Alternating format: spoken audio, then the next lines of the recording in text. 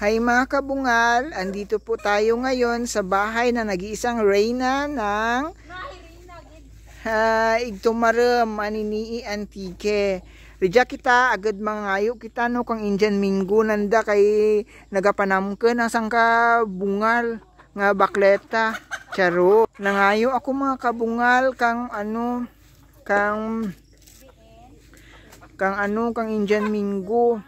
Hindi ka mo wag kayong mag-alala mga kabungal or magwa-wonder kung bakit nakaganito ako yung yung ulo kasi nga nadulas ako sa CR na tumaas yung BP ko, kaya pasensya muna mga kabungal, wala akong mai-vlog sa ngayon kasi may dinaramdam ang inyong kabungal na walang ngipin. Charot.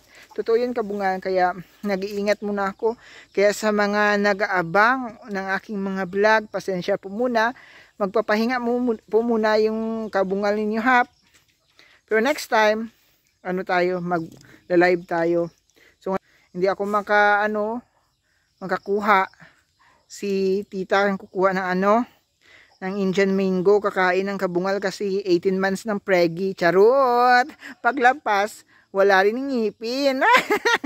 Kaya mga kabungal, gogorang age. Charot! Charing kemem! Kasi alam nyo mga kabungal, ang ama ng dinadala ko ngayon is kambing! Diyos ko Lord! Kaya mga kabungal, tingnan nyo mga kabungal, may Indian Mango. Charot! Ang pronunciation ko. Ito mga kabungal. Tapos dun banda mga kabungal, dun yung mga alaga kong baboy.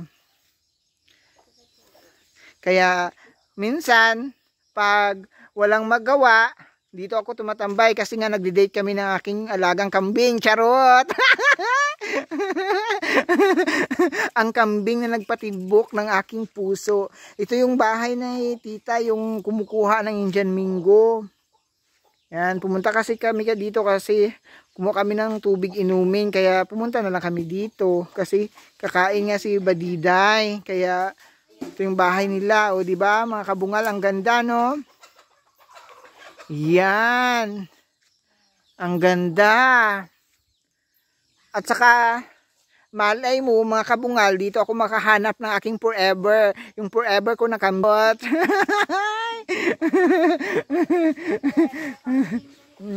Tapos maraming dito, maraming mga saging.